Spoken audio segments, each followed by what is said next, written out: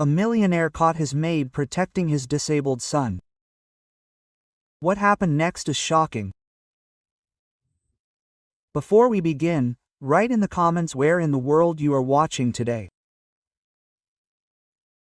The late sun bathed the garden in a soft light, painting the flowers in delicate shades of purple and pink. The sweet scent of bougainvillea hung in the air. But for Daniel, sitting in a wheelchair, the world seemed too fast. Everything was moving forward, and he remained in place, as if trapped. At the age of 12, Daniel already knew what it was like to be invisible. At school, the kids stopped inviting him to play football as soon as he returned to his wheelchair. At home, nannies and caregivers changed so often that he no longer tried to remember their names. But Rosa was different. She stood there in a simple blue blouse, neatly tucked into a dark apron, her dark hair pulled back, streaked with gray. She didn't look at him like he was a burden, or pity him. Instead, she crouched down so that their eyes were level, and her voice was calm, warm, confident. "You're so quiet today, so little," she said softly, brushing a crumb from his collar.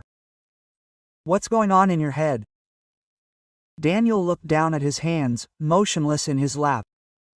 "I'm tired of being locked in, Rose. Everyone walks past me like I'm not there. Sometimes even Daddy won't look me in the eye." Rose's heart ached. She took his small hand in hers. "Listen to me. You're not invisible. You're a boy with a mind sharper than most adults. You're so much more than this chair." Daniel's lips trembled. "What if I can never walk? What if this is just sitting there waiting for someone to wheel me?" Rose moved closer, her eyes hard and determined. "Then you'll find other ways to move forward.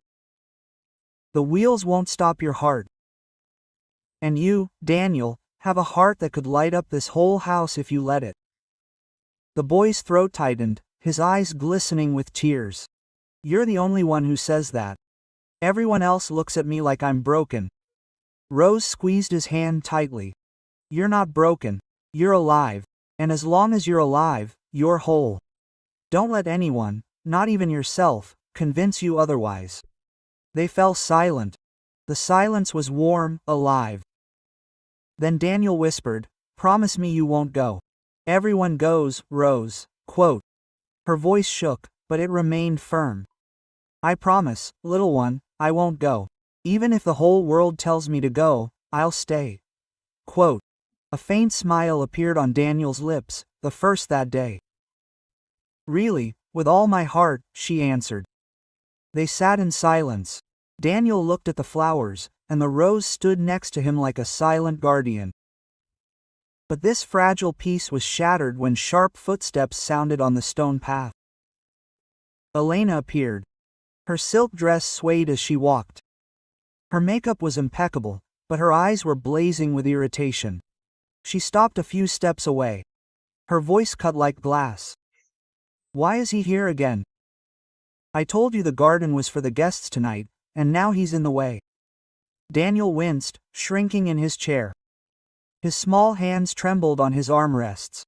Rose stepped forward without hesitation, standing in front of him. Her jaw clenched. "He's not in the way," she said firmly. "This is his home too." Elena's lips curled in disdain. "Home? It has no place here, like some pathetic decoration. Can't you keep it inside, where it belongs?" Daniel held his breath, barely audibly whispering, "Rose." She placed a soft hand on his shoulder. "Don't listen to her, little one." Then she turned to Elena. Her voice rang like steel. "You will not speak to him like that." Elena's eyes widened with indignation. "What have you forgotten about me in this house? You're just a servant." Tears welled up in Daniel's eyes. He covered his ears with his hands, whispering over and over, "I'm not worthless. I'm not worthless." Quote. Rosa's chest was burning with anger. She straightened up, completely blocking the boy with her body. Her voice trembled with power. "He is not a nobody, he is Daniel. And if you do not see it, then you are the stranger here." The tension snapped like a whip. Elena clenched her fists and stepped closer. Her voice hissed like poison. "How dare you speak to me like that? Get out of my way." Rose stood firm. Her voice was firm and calm. "No, I will not let you hurt him with words. Not while I am here." Daniel's quiet, trembling voice broke through the silence. "Rose, please, do not let her take me to the sea. I do not want to go with her." Rose quickly crouched down, gently touching his cheek with her palm. "She will not take me, little one, I am with you." Elena's scream tore through the silence of the garden, so sharp that it made everyone who was on the estate. "You will regret your impudence." And at that moment Victor appeared. He had just returned from a business trip, still in a dark suit, his face tired, but the scene in front of him made him freeze in place. Elena, flushed with anger and screaming, Rose, standing like a shield, and his son, trembling in a wheelchair with tears on his cheeks. Victor's voice cut the air like a blade. "What is going on here?" Elena turned around first. Her face went pale, but then flared up with feigned indignation. "Victor, thank God you're here. It's the maid, this woman is completely out of her mind. She screamed at me right in front of your son." Rose was silent, only hugging Daniel's shoulders tighter.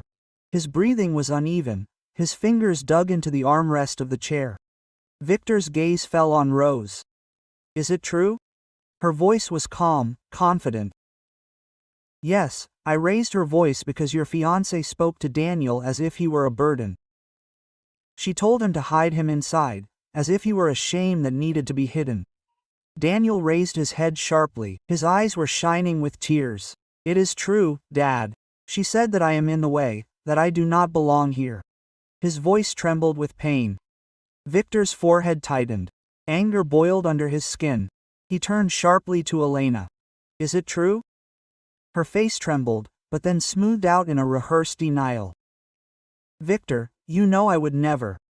He must have misunderstood. You spoil him too much, and now even the servants. Enough." Victor's voice thundered, sharp and final. "Don't you dare squirm." The garden was silent, only the leaves rustled in the wind. Then Rose spoke again, more quietly, almost pleadingly. "Sir, forgive me if I have overstepped the mark, but no child should feel unwanted in my own home, even for a second. I'd rather lose my job than remain silent while Daniel is spoken to like that." Daniel's eyes widened, his lips trembled. "Rosa, please don't go." Victor dropped to one knee in front of his son's chair. His hand firmly rested on the boy's. "She won't go, Daniel, she won't go as long as I'm here." Elena's face twisted with rage. "Are you serious? You're choosing her over me after everything?" Victor slowly stood up. His gaze was cold as steel. "Yes, because she protects my son while you humiliate him. Because she treats him with love and respect, just like his mother would have wanted." His voice wavered for a moment, but he continued, "If you can't accept Daniel for who he is, there's no place for you in this family." Elena's fists trembled. "Will you regret this?" "No," Victor answered firmly. His hand came up protectively on the back of Daniel's chair. "The only thing I could regret is letting you stay." Her heels clicked furiously on the stone path as she stormed back toward the house, leaving a trail of anger in her wake.